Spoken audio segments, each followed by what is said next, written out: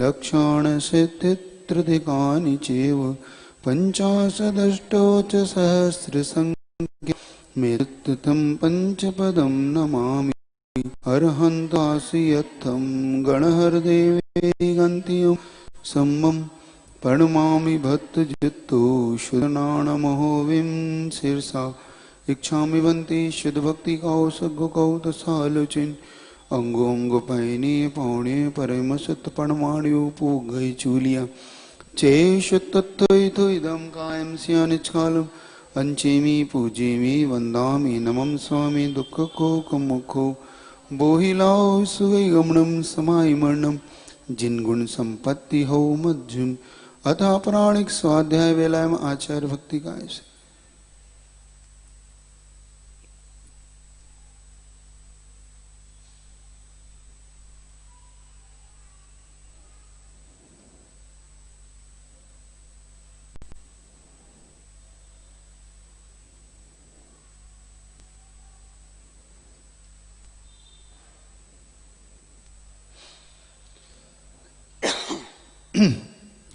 सुर्जलधिपारगेभ्यः सुपरमति विभावनः पटुमतिभ्यः सुचरिततपोनिधिभ्यो नमो गुरुभ्यो गुणगुरुभ्यो छत्तीसगुणसमज्ञे पञ्चविहाचारकरणसन्दर्शे शिष्यानुग्रहकुशले धम्मायिरे सदा वन्दे गुरुभक्तिसंयमेणया तरन्ति संसारे सायरं घोरं छिन्नत्ति अट्टकम्बं जम्मन्मरणं न पावन्ति ये नित्यं बतमन्त्रहोमनिरता ध्यानाग्निहोत्राकुला षट्कर्माभिरपास्तपो धनधना साधुक्रिया साधव शीलप्रावरणा गुणपर्णा चन्द्रार्जिते ज्योतिका मोक्षद्वारकपाटपाटन्भटा प्रीणन्तु मां साधव गुरुवापान्तु नो नित्यं ज्ञानदर्शनायिका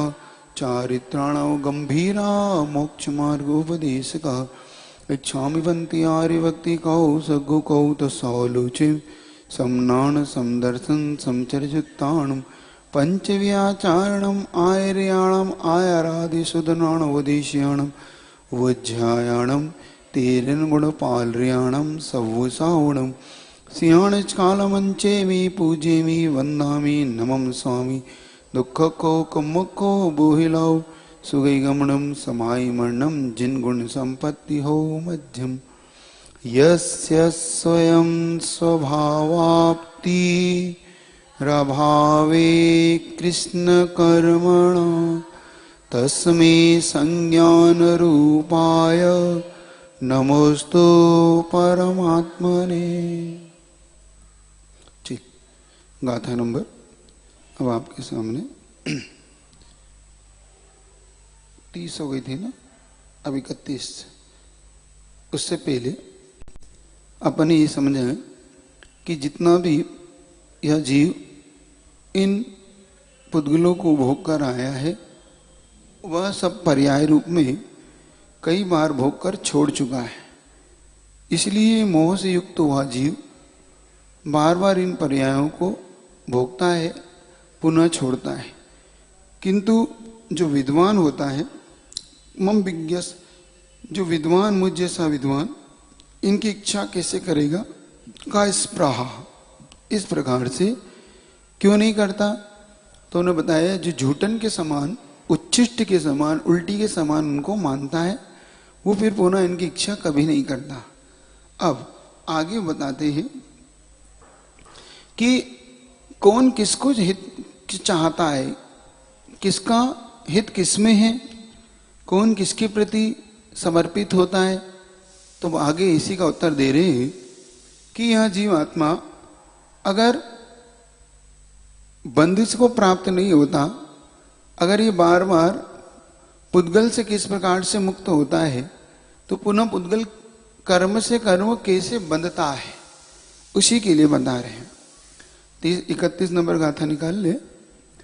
कर्म कर्म हिता बंदी जीवो जीव हितस्पृहा स्वस्व प्रभाव भूयस्त्वे स्वार्थम को न वांछति। अब पूरी एक बार। कर्म कर्म हिताबंधी जीवो जीव हितस्पृह स्वस्व प्रभाव भूयस्त्वे स्वार्थम को न वांछति। अब बता रहे हैं यहाँ पर कि किस प्रकार से कर्म कर्म का हित चाहता है तो जीव जीव का हित चाहता है। कर्म कर्म हिताबंधी मतलब कर्म हित अपने ही साथी को चाहेगा, क्योंकि यह बात सही है, वह व्यक्ति उसी को चाहता है जो उसके सपोर्टर हो। होता है कि नहीं? आप अपने विरुद्ध व्यक्ति को नहीं चाहते, आप आपके जैसी आचरण वाले व्यक्ति को चाहता है।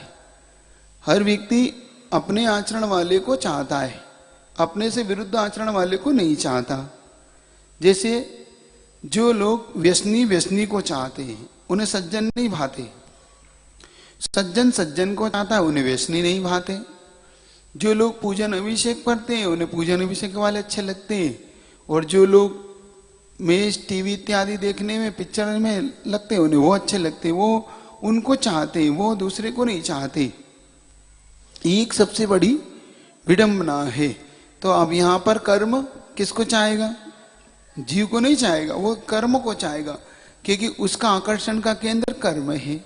कर्म कर्म हितसंबंधी मतलब कर्म अपने साथी रूप कर्म को ही बांधता है, और जीव जीव हितस्पृहा तथा जीव यानी आत्मा अपने आत्मा के हित करने इच्छा के रखने वाले को चाहता है।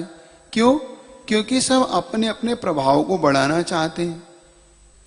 व्यसनी अपने व्यसनियों को बढ़ाएगा ताकि उसका प्रभाव बढ़े, चोर चोरों को बढ़ाएगा, साहूकारों को रख के क्या करेगा? जेल थोड़ी जाना उसे। तो अपना संगठन बढ़ाते हैं ना सब। चुनाव होता है तो अपनी अपनी पार्टी के लोग अपनी अपनी पार्टी वालों को, सब विरोधी को कौन रख लेगा? क्यों रखेगा? हराना है क्या पार्टी को? हराने नहीं है, नहीं हराना तो अपनी अपनी पार्टी का सपोर्टर इकट्ठे कर लेते। इसी प्रकार से कर्म अपने सपोर्टरों को इकट्ठा करता है तो जीव अपने सपोर्टरों को इकट्ठा कर लेता है। क्यों? क्योंकि स्व प्रभाव है, अपना अपना प्रभाव दिखाना है, मैं प्रभावशाली हूं, है ना? होता है ना कभी कभी कि भाई ज्यादा ज्यादा भीड़ इकट्ठी करो। क्यों? क्योंकि वहां पर वो अपना प्रभाव दिखाना चाहते हैं। शक्ति प्रदर्शन, शक्ति प्रदर्शन करना है, ज्यादा से ज्यादा शक्ति दिखाओ, तो ज्यादा ज्यादा लोग होंगे तो शक्ति प्रदर्शन। इस स्वार्थम को न वांछते, क्योंकि सब अपना अपना स्वार्थ है। निस्वार्थ संसार में कोई नहीं है, सब अपने अपने स्वार्थ को चाहते हैं, अपने स्वार्थ के अनुरूप व्यवस्थाओं को बनाते हैं और उन्हीं व्यवस्थाओं के अनुरूप चलते हैं।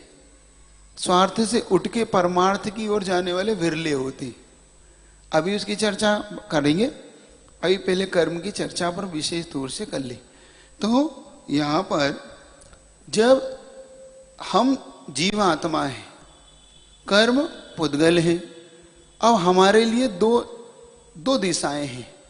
अगर हमें कर्म को कमजोर बनाना है तो हमें विशुद्धि बढ़ाना होगी। क्या? अब इसको दो तरीके से आप समझने का पुरुषार्थ करना।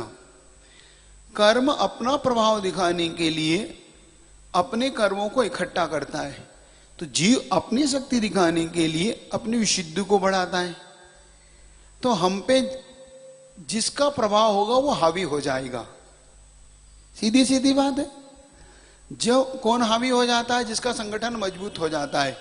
मान लो 100 लोग हैं, अब एक तरफ 70 है तो अपने आप ही वो मजबूत है, 30 अपने आप कमजोर है, उनका संगठन मजबूत है। वो कहते हैं आप आ जाओ वोटिंग कर लो, आ जाओ, उसमें क्या बात। तो अपने आप 70 वोट गिरेंगे तो जीत जाएगा वो। ऐसे ही कर्म अपना संगठन इकट्ठा करता है और जीव अपनी विशुद्धि बढ़ाता है। तो हमें अगर कर्म को कमजोर बनाना है तो हमें क्या करना है? आप समझो, विशुद्धि बढ़ा, हमें नियम से अपनी विशुद्धि बढ़ाना होगी। तभी ये सामने वाला कर्म कमजोर पड़ेगा। अगर हमारी विशुद्धि घटती है, हम में अशुभ प्रवृत्ति की ओर जाएंगे, तो कर्म की शक्ति बढ़ती है, क्योंकि कर्म का संगठन मजबूत होता है। क्योंकि उसके कर्म के जो लोग हैं वो तीव्रता से आते हैं कर्म का। जब आप अशुभ कर्मों को बांधोगे तो कर्म मजबूत होगा।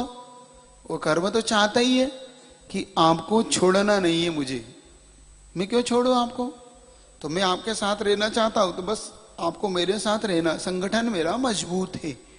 इसलिए आप दोनों संगठनों में आप चयन कर लें, तय कर लें आप किसकी तरफ जाना चाहते हैं, कर्म की तरफ की जीव की तरफ।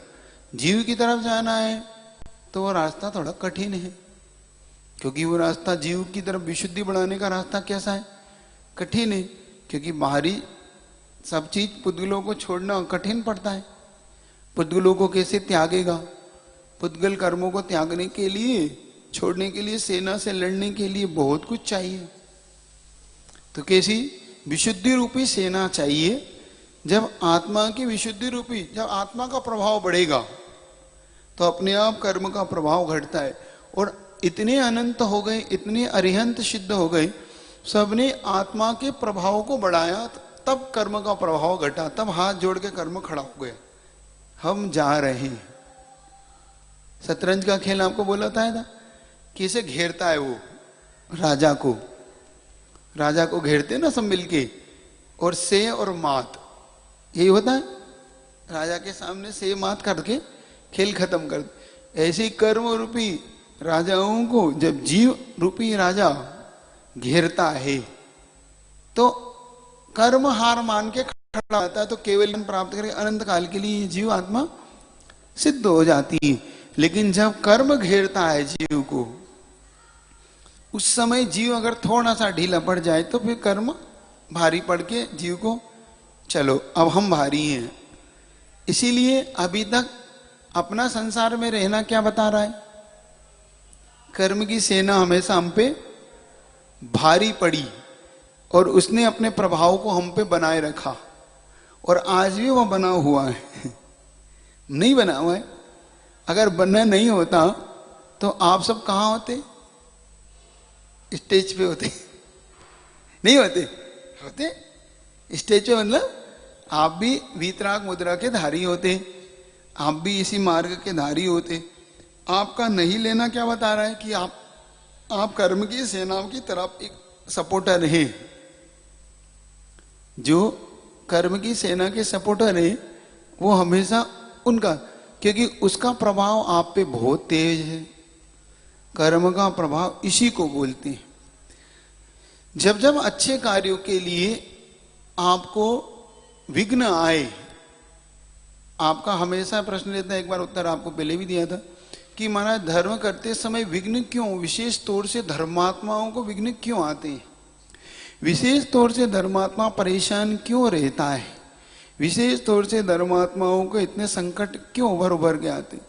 क्योंकि उसका मेन कारण है कर्म। जब भी आप रास्ता चुनोगे, मान लो कोई चोरों का संगठन है, अब उसमें मान लो कोई एक चोर अच्छा बनना चाहता है, तो शेष चोरों से अच्छा बनना नहीं देना चाहती। क्यों? क्योंकि अगर ये अच्छा बन गया तो हमारे सारे रहस्य वहां जाके खोलेगा, तो हमें भी नियम से निपटाएगा, पकड़ाएगा। ये पुलिस वाले इसे हमें इसके द्वारा ही तो हम तक पहुंचेंगे। तो या तो इसको खत्म करो, या दो चीज होती, या तो तुम्हें हम मार देंगे या तुम हमारे साथ रहोगे। क्या दो चीज क्या होती है शर्त उनकी? या तो हम तुम्हें मारेंगे क्योंकि हम तुम्हें छोड़ नहीं सकते, क्योंकि तुम्हें अब सारे रहस्य पता है, और या तो तुम्हें हमारे साथ जिंदा रहना, तो हमारे साथ रहो। ऐसे ही कर्म, जब आप कोई साधना करते हो, कोई धार्मिक क्रिया करते हो, तो कर्म आप पे उपसर्ग और आपको परेशान इसलिए करता है कि तुम उस कर्मों को निकालना चाह रहे हो, तुम कर्मों से अलग जाना चाहते हो, मुक्ति पाना चाहते हो। और कर्म कहता हम तुम्हें नहीं छोड़ेंगे, क्योंकि तुम हमसे अलग होते ही हमारा सर्वनाश कर दोगे। और होता ही यही है। जैसे ही जीवात्मा ऊपर उठता है, मतलब अपनी साधना में गुण स्थानों में उठता है, तो कर्म का क्या हालत होती है? धीरे धीरे संगठन उसका खत्म। पहले अनंत अनोदि का संगठन खत्म, फिर होता प्रत्याख्यान का संगठन खत्म, प्रत्याख्यान का फिर संजलन का, अब क्या बचा? सीधा केवल ज्ञान, क्योंकि अब सारा संगठन खत्म है। ये संगठन है इनके। यही आचार्य महाराज कह रहे कि जब इनका प्रभाव कम करना चाहते हो तो जीव का प्रभाव बढ़ाओ। जब अन्याय का आप नाश करना चाहते हो तो न्याय की संगति करो, न्याय का सपोर्ट करो, तो अन्याय का नाश हो जाता है। भारत को स्वतंत्रता जब भी मिली तो अंग्रेजों के विरोध में जाकर मिली। विरोध से मतलब भले असहयोग आंदोलन करना पड़ा, लेकिन अंतोगत्वा जब भारत की जनता ने समझ लिया कि हमें स्वतंत्रता चाहिए तो हमें इनके विरोध में खड़ा होना होगा। तो हमें कर्म से अगर स्वतंत्रता चाहिए तो किसके विरोध में जाना होगा?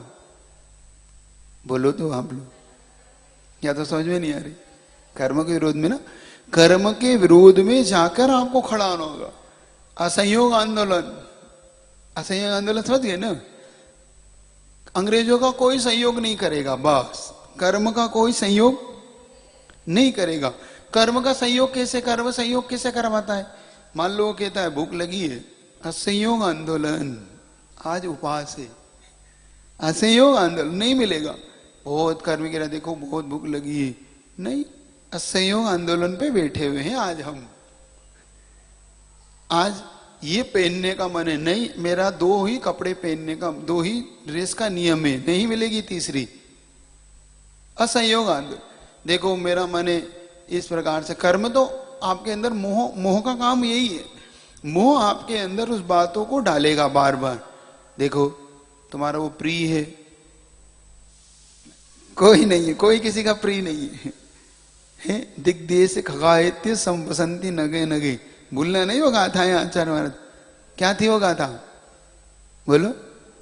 दिग्देश खगायत्य संवसंती नगे नगे, और आगे सो सो कार, अपने अपने हिसाब से वो देशु दीक्षे प्रगे प्रगे, अलग अलग स्थानों से आके या जीवात्मा एक जगह इकट्ठे हो जाते हैं, फिर अपने अपने कार्य करके चले जाते हैं। 9वीं 10वीं गाथा है, ज्यादा पीछे जाना पड़ेगा आपको।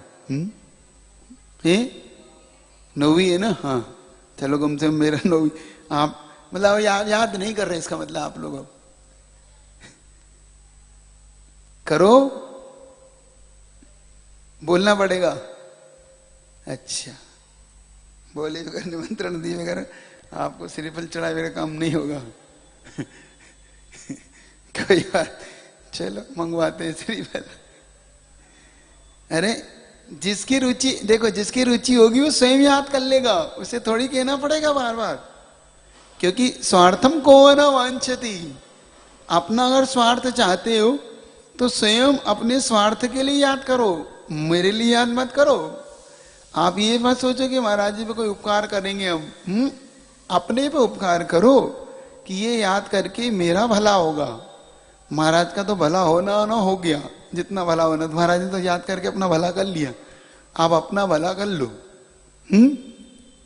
इस प्रकार से तो यहाँ पर जब हमारी विशुद्धि बढ़ेगी तो कर्म अपने आप ही उनका प्रभाव घटेगा।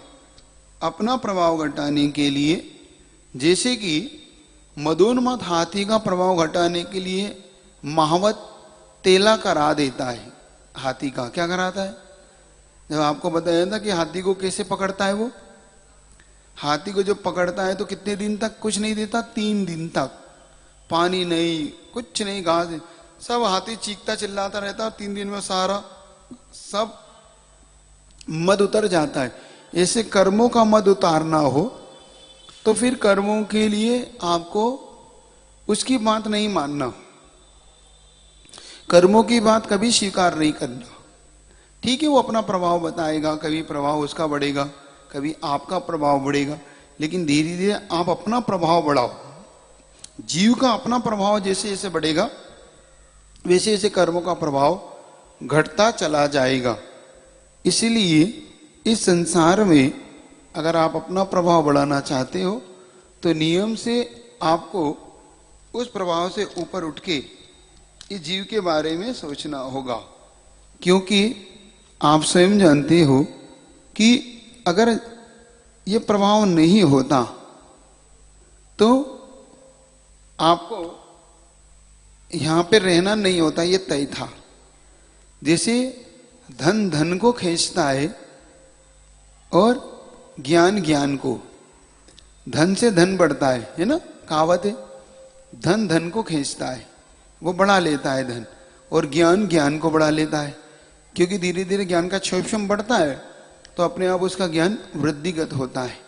ऐसे ही कर्म कर्म को खींचता है। तो जीव, अगर हमारी चेतना अगर जागृत हो जाए, हमारी चेतना के प्रति हमारा भावना हो जाए, अभी तक हमारी चेतना के प्रति भावना नहीं है, हम जीव आत्मा के प्रति जागृत नहीं है, और इसी का दुष्परिणाम ये निकला कि हमेशा अपनी चेतना को पतित होना पड़ा, हमेशा हमें चेतना को नीचे की ओर आना पड़ा, हमेशा ये चेतना इस प्रकार से। और अगर थोड़ा सा हम सूत्र की ओर जाएं, तत्पार सूत्र की ओर थोड़ा, जो आपने पढ़ा भी होगा, तो हमेशा कौन किसका परिणमनशील होता है, 5वां अध्याय याद करो आप लोग, उसमें एक सूत्र दिया, बंदे देखो परिणामे को उच्च, बंध अधिक होने पर वो उस रूप परिणमन कर जाता है। रुक्ष गुण और स्नुग्ध गुण अपन ने देखा ना, तो उसमें जिसके प्रदेश ज्यादा होते हैं वो कम प्रदेश वालों को ज्यादा प्रदेश वाला अपने में मिला लेता है।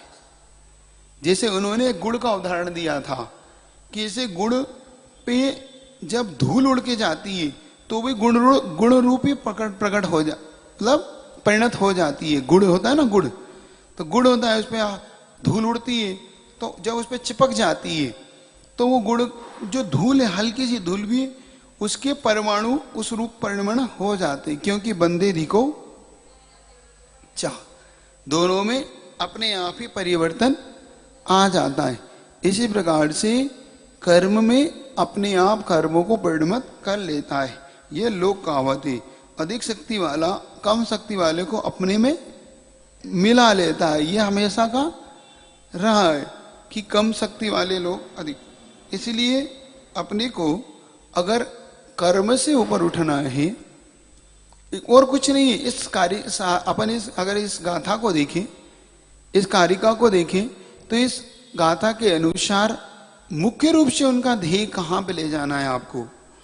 मुख्य रूप से आपका उनका ध्येय है कि किसी भी तरह से आप इनसे ऊपर उठ के अपनी चैतन्य आत्मा की ओर आप आकर्षित हो, क्योंकि जब तक आप इसके प्रभाव को नहीं समझोगे तब तक आप हमेशा इनके गुलाम रहोगे।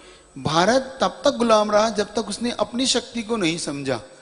हजारों कितने लोग थे, मुश्किल से अंग्रेज 10-20 हजार 50 हजार अंग्रेज से ज्यादा नहीं थे इस भारत में, जिन्होंने इतने लाखों करोड़ों को गुलाम बना रखा था।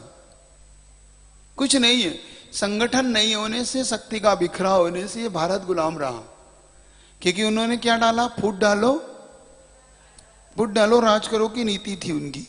तो वो बस फूट डालते थे और एक दूसरे के विरुद्ध खड़ा कर लेते थे, और राजा, एक राजा के पीछे हजारों लाखों सेना होती थी, और ये 10-20 100 500 हजार लोग एक तरफ होके उनको मदद करके उनको जिता लेते थे, और ये उनको अपने में मिला लेते थे, और उसमें अब दबाव डालते थे कि मैंने तुम्हें जिताया।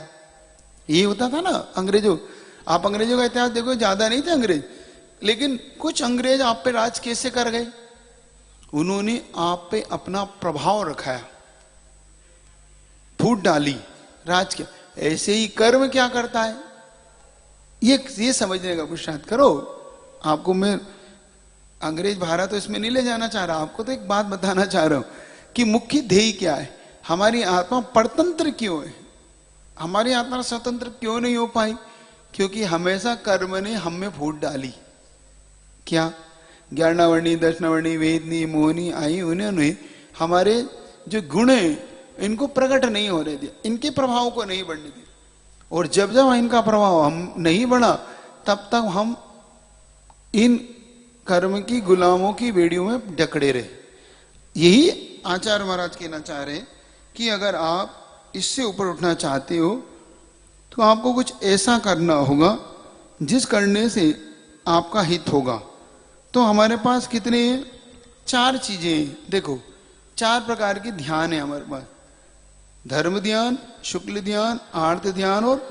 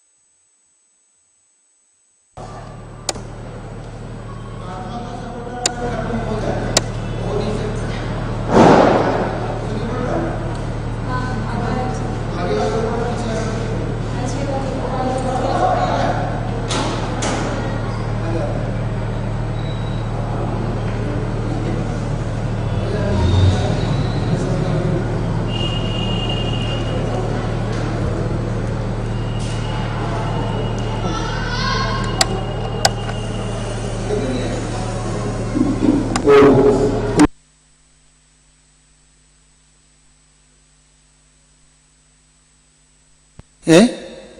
अरे आ जाइए, एक मिनट के लिए।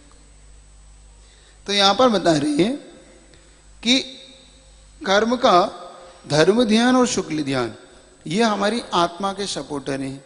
ठीक इससे विपरीत आर्त ध्यान, रौद्र ध्यान हमारे कर्म के सपोर्टर हैं।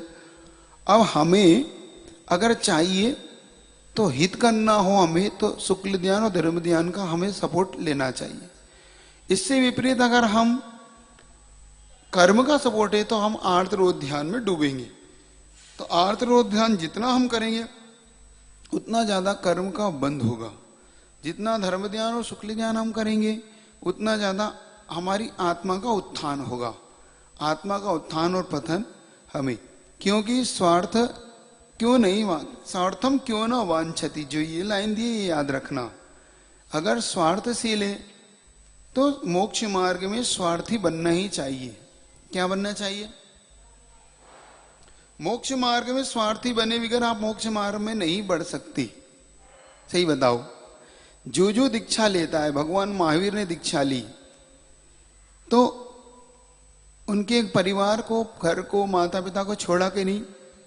त्रिशला माता को, सिद्धार्थ को, माता को छोड़ दिया। क्यों? स्वार्थम को न वांछति, क्योंकि वो अपना स्वार्थ साधना चाहते थे। उनका स्वार्थ क्या था? अब संसार से ऊपर उठ के मोक्ष को पाना। अगर मोक्ष को पाना है तो इस संसार को छोड़ना तय है, और इस संसार को छोड़ना, इसी का नाम है स्वार्थम। क्यों?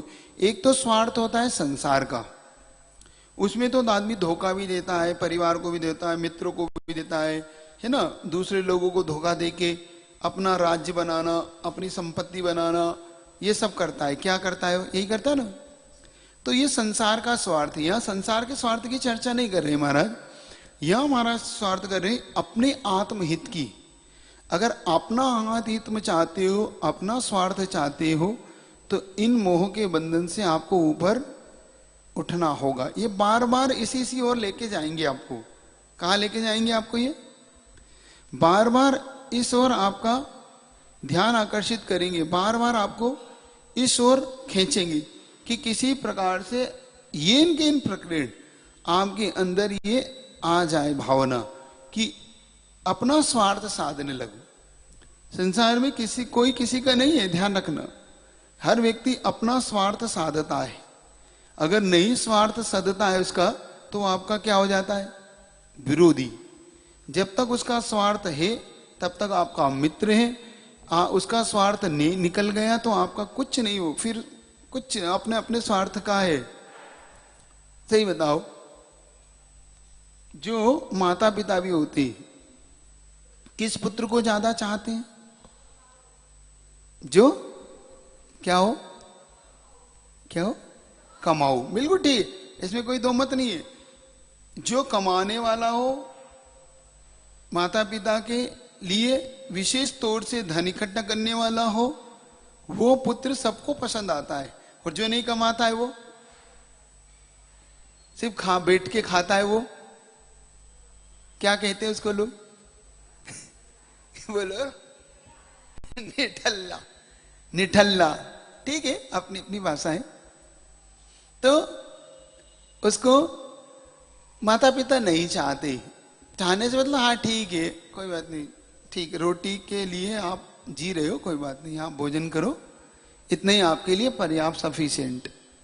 लेकिन चाहता कोई नहीं परिवार में उसको, सबसे ज्यादा चाहते काम करने वाले को, जो उस परिवार के लिए आगे बढ़ के काम करता है, परिवार के लिए धन कमा के देता है। आप खुद महसूस कर लेना, आप तो परिवार में रहते हो, आपके परिवार में तो रोज देखने में आती है बातें।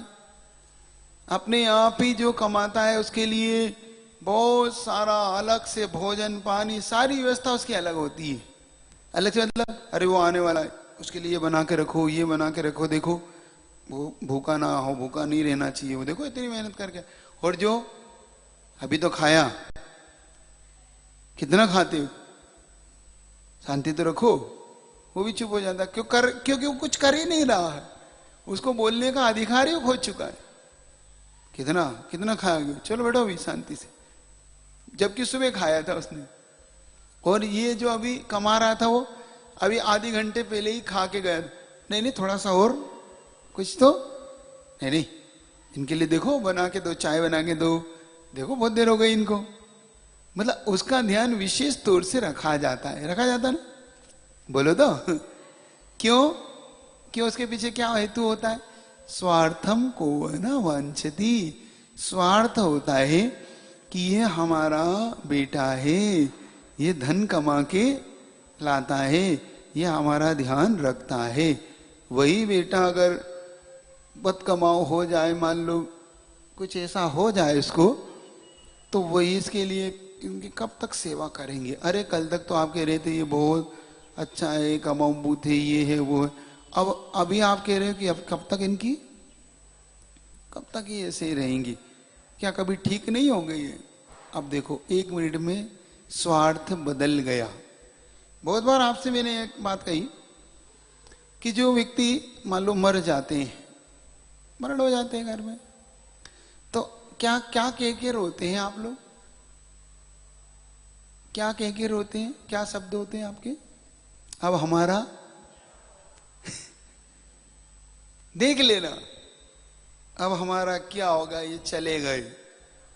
आपको ये फिक्र नहीं इनका क्या हुआ होगा, ये चले गए हैं।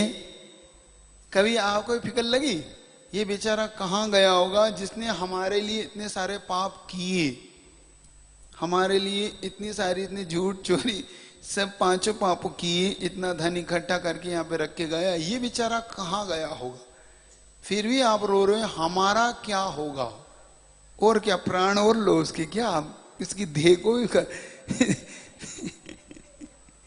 क्या चाहते हो आप? अब हमारा, क्योंकि आपका स्वार्थ अब कैसे सदेगा? स्वार्थम को न वांछति, स्वार्थी लोग क्या नहीं करते, अपना स्वार्थ सदने के लिए कोई क्या क्या नहीं करता। और स्वार्थ साधने के लिए हर व्यक्ति हर कार्य को करता ही है। यहीं पे आचार्य महाराज बार बार इसी बात को कहते हैं कि स्वार्थशील से बचो, अपना स्वार्थ साधो, आत्मा का हित देखो। आत्मा का हित एक बार आपकी पकड़ में आएगा, कर्म अपने आप, कर्म का प्रभाव कम होगा। जब जब आप पे कर्म का प्रभाव बढ़ने लगे तब तब आत्मिक विशुद्धि बढ़ाइएगा, क्योंकि कर्म का प्रभाव आपको खुद पकड़ में। अब देखो महाराज कैसे हम पकड़ेंगे कि कर्म का प्रभाव है कि आत्मा का प्रभाव है? इसकी पकड़ कैसे होगी हमको? हम कैसे जानेंगे कि हम पे कर्म का प्रभाव हो रहा है कि आत्मा का प्रभाव हो रहा है? आपको अगर बुरे काम के लिए प्रेरणा मिल रही है, ऐसा कर दूं, ये कर दूं, मैं ये खा लूं, ये पी लूं, मैं ये पहन लूं, मैं ये कमाऊं और ये कर, तो समझ लो किसका प्रभाव है ये? और आपको ये सब छोड़ने की इच्छा हो रही है।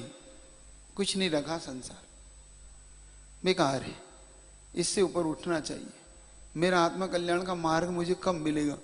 मैं कब इन जैसा बन जाऊं? मैं कब इन सबको छोड़ दूं? ये किसका प्रभाव है? जीव का। क्योंकि जीव अब अपना प्रभाव बढ़ा रहा है, क्योंकि जीव अपने बारे में सोच रहा है। अब कर्म आपको अब कर्म के बारे में सोचने पे मजबूर कर रहा था, क्योंकि वो उसका प्रभाव डाल रहा था आपके ऊपर।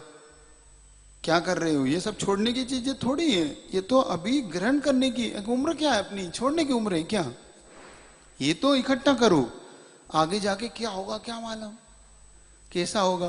कर्म अपना प्रभाव डाल रहा है, समझ लेना, कर्म अपना प्रभाव डाल रहा है निश्चय से। ये मोह में ये फंसा रहा है, किसी भी तरीके से अपने चुंगल में फंसा रहा है। ये चाहता है कि तुम बस एक बार उसकी चुंगल फंस जाओ। कैसे? भय से। आप चार चीजें होती है, साम दाम दंड भेद, काम कराने की चार नीतियां, शाम दाम दंड और भेद। साम यानी उसको समता से समझाओ, प्रेम से। साम, ये साम नीति कहलाती। प्रेम भाव से किसी तरह से मायाचारी करके उलझाओ, काम निकालो। दाम, धन दे के निकालो। अब साम से काम नहीं चल रहा तो धन दो, दाम से नहीं चल रहा दंड, उसे दंड दिखाओ, नहीं मानोगे तो फिर ये, और नहीं तो फिर भेद, फिर उसका सर्वनाश ही करो, तब काम निकलेगा। तो कर्म भी क्या करता है? साम दाम दंड भेद, चारों नीतियों आप पे आजमाता है। पहले वो शाम यानी आपको अपनी तरफ मिलाता है, किसी तरह से आप पे प्रभाव छोड़ता है वो, कि कुछ नहीं, मोह, अब मोह का प्रभाव डलता ना आप पे, तो भैया कभी जीव आत्मा सोचती भी चलो ऊपर उठो, तो आप वो शाम से देखो, परिवार है, बच्चे हैं, इनका क्या होगा, देखो माता पिता हैं तुम्हारे। अब कर्म आप पे प्रभाव छोड़ता है धीरे। हाँ, फिर आपकी जीवात्मा ठीक कह रहे, ठीक कह रहे, सही बात है, ये मेरे भरोसे ही तो है। अब हो गया उसका प्रभाव। फिर दाम, दाम यानी फिर आपको कुछ लालच देता है कर्म। नहीं नहीं, देखो आपकी इतनी इतनी ऐसी ऐसी संपत्ति, ये है, ये इनको छोड़ोगे क्या? तो जीवा का नहीं नहीं, ये सब छोड़ के मैं वहां दुख उठाने जाऊंगा क्या? पैदल कौन चलेगा, कौन कैसलोच करेगा, कौन दूसरे के यहाँ जाके भिखारी जैसा खाएगा? कोई ने दिया नहीं दिया, मानो नहीं किया तो क्या होगा, है ना? फिर दाम, नहीं माना फिर भी निकल गए घर छोड़ के, दंड, फिर परेशान करना शुरू करता है कर्म। अब बन जाओ मुनि, लो अंतराय, लो छाले, लो ये खून निकलेगा, कैसलोच करोगे तो दंड भेद, नहीं मानो समाधि करो, जाओ, नहीं मानते हो तो। लेकिन जीव आत्मा अगर ये चारों से ऊपर उठ के, कोई बात नहीं, हो जान दो हमारी समाधि, कोई फर्क नहीं, जब ये सोच लेता है तो फिर जीव आत्मा पार निकल जाता है। क्योंकि किसी अत्याचार का तब तक ही अत्याचार करता है अत्याचारी, जब तक सामने वाला खड़ा नहीं होता। अत्याचारी का अत्याचार कब तक होता है? जब तक सामने वाला खड़ा नहीं होता। जब खड़ा हो जाता है तो फिर उसका अत्याचार अपने आप उसे रोकना होता है कि नहीं, अब जनता खड़ी हो गई है, अब ये हमें पीटेगी, क्योंकि जिनसे हम अत्याचार कराते वही हमारे विरोध में खड़े हो गए। अब जिन सैनिकों से, जिनसे हमने इन पे अत्याचार कराया, वही कह रहे हैं अब आप बोलना नहीं तो फिर ठीक नहीं होगा। तो अपने आप ही अत्याचार। इसी प्रकार से कर्म का अत्याचार अभी तक सहा है, अब कर्म के अत्याचार को खड़े हो जाओ। जीवात्मा क्या सैनिक खड़े करो, अब अपने गुण रूपी सैनिक, ज्ञान दर्शन चारित्री, ये सब ये गुण है अपने सैनिक के, इससे कर्म का अत्याचार दूर होगा, स्वतंत्रता मिलेगी। स्वतंत्रता हम कहाँ चाहते हैं, हमें चाहिए ही नहीं, जिनको चाहिए उन्हें दे दो, ऐसे ही नहीं ना। चलिए आचार्य महाराज की हिंदी करो।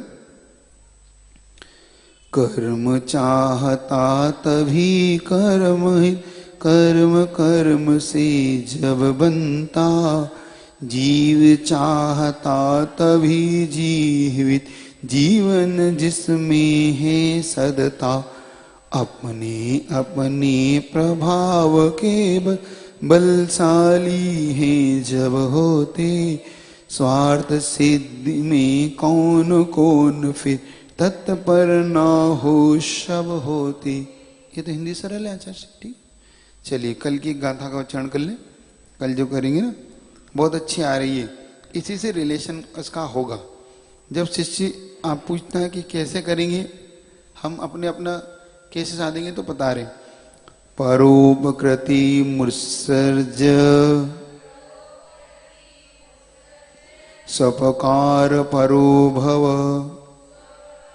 सोप, सोप पातक पढ़ो, सोपकार, सोपकार परो भव। उपकुर्वन् परस्याज्ञो